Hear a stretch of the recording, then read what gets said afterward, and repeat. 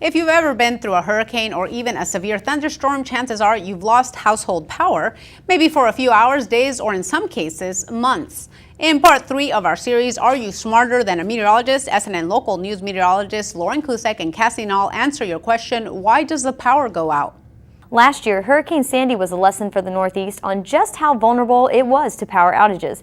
We have to look back a little further to Hurricanes Charlie and Wilma to find a time when the Suncoast was last affected. After the 2004-2005 hurricane season, across the state, the utilities and the Public Service Commission decided that this is a time to really make the infrastructure stronger across the board. FPL spokesperson Greg Brostowitz says the company has set aside $500 million to use over the next 3 years to make their system more resilient to hurricanes and severe weather.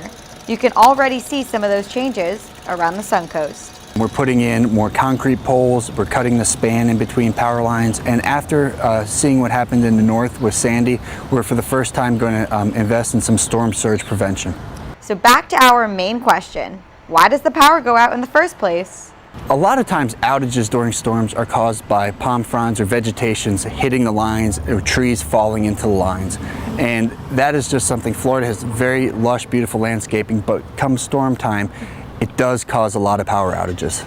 To prepare for the 2013 hurricane season, you should trim those trees, bushes, and branches away from your home.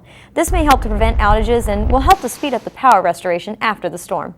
With 500,000 customers across Manatee, Sarasota, and Charlotte counties, how exactly does FPL decide who is the priority and who will have to wait? During our restoration, the first thing we have to do is get our power plants back up and running and the large power lines that move electricity across the state fixed. After that, we fix our critical infrastructure facilities, your police, fire stations, hospitals, 911 centers. Those things are really essential to communities. Then after that, we restore the largest number of customers at once that we can, as well as those thoroughfares which have grocery stores, pharmacies, and such. Living along the southwest coast of the most hurricane-prone state in the country, chances are a tropical system will affect the Suncoast this season and we will lose power. Now is the time to make plans and prepare. Hurricanes in Florida, it's not a matter of if, it's a matter of when and where. Now that we know about the dangers that a storm can pose to you and your family, seen examples of the devastation this storm can cause, and talked about what you can do to prepare for a tropical system, why do we still procrastinate on preparations for hurricane season? Is it because the storm hasn't affected the Suncoast in quite some time, or is it just part of human nature?